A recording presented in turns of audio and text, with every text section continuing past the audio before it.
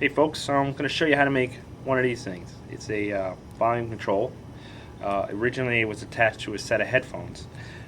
So here's the MIDI that would go into the MP3 player, and then on this side normally had a set of headphones with a little volume control. And basically what I did was I took this apart and put in a 1/8 inch mini female adapter so that I could plug in any set of headphones into it and have a volume control.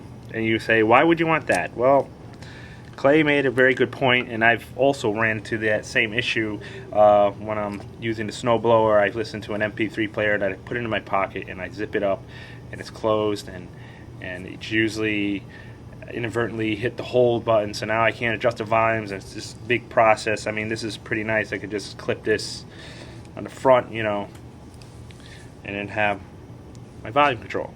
So there's a couple of steps that because I previously recorded the how-to part, there's a couple steps in there that I didn't talk about, and one is the polarity. Now, the problem with me telling you exactly what color wires is the fact that they're all different. The original was a blue-red with the ground, and this mini part had a black-red with the ground. The only way to make sure you get it definitely 100% correct is to use a meter. But if you don't have a meter, the general rule is if one of the wires is black, it's always going to be the right channel. So you can have a white black, a blue black, a red black. The black will be the right channel. If you have a other color in a red, then the red is always going to be the right channel. So if you have a blue-red, which this originally had, it was a blue-red, the blue is left, red is right. If you have white-red, which is another common color combination, white is left, red is right. So let's get to the demo. If there's any questions, Clay, just ask, because my first time. I actually like to do more of this type of stuff, DIY. You know, I think I have a handle on what I need to do. I have a Final Cut Pro edit system. I built myself a Hackintosh here, which is just a homebrew PC with an Intel board, quad-core processor, and I managed to get Leopard to run on it with Final Cut and all that jazz. So I want to get back into Motion and some really good stuff. So as soon as I get that machine home in my studio reconfigured again, because things have changed, no more outboard gear, it's more computer stuff. But now I want to go back to outboard gear. So anyways, so here's the lesson. Like I said, if you have any questions, you could message me or leave a comment. I'll try to respond to probably be able to get all of them, because I don't get very many comments. So, and I'm a loser, and I'm on YouTube way too much. I'm only kidding. All right, so let's get to it. Things we need: soldering iron, solder, of course, solder wick, maybe, and strippers, which you could pretty much get all this stuff together, usually any electronics supply place. So here we have our volume control unit. It has a volume and a stereo mono switch, which I've never seen on any other ones, but that's a pretty cool feature. So, and there you have it.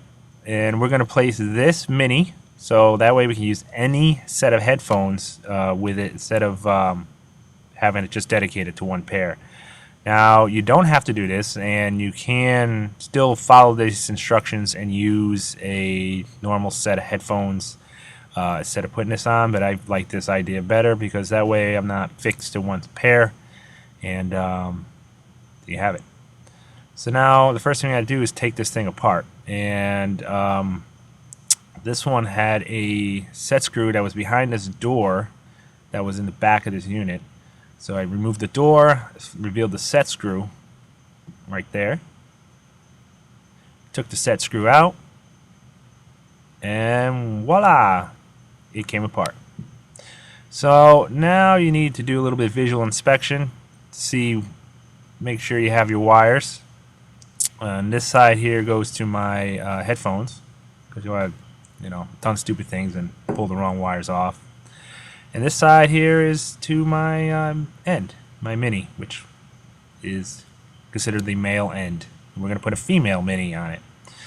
And you need to note the color codes. And the difficult thing about color codes is that, jumping ahead of myself. Here we go. So we're removing the wires that go to the headphone, the soldering iron. We're just touching the soldering iron to the solder points and giving a slight tug, and the wires coming off.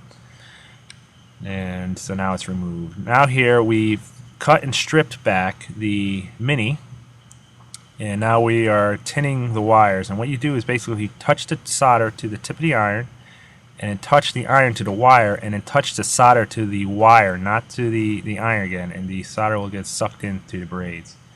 So now here we are attaching the wire. And it's my left channel is red on my setup here.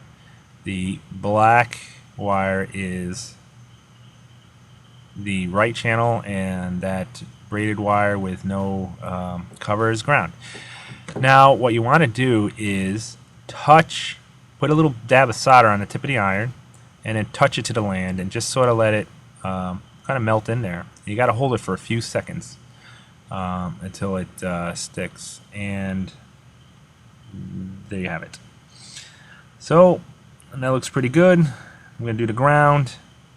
Now, literally, it took me 20 minutes to record this whole thing, and that was with, you know, stopping and explaining, but typically I could probably do this in really about 5 minutes. You know, it's not really a hard project to do, but if you've never soldered before, it can be kind of difficult. Sorry for my cold. So I reassembled it because yours is going to be different than mine, so to show you the long, arduous process of getting all the wires and everything to fit right. You know, though it was kind of pointless because yours doesn't look like mine. And so there it is with the mini on the end, with the female mini. The other end had the male mini, so now I could plug it into my MP3 player or whatever and plug in any kind of headphones, and I have a volume control for them. And there you have it.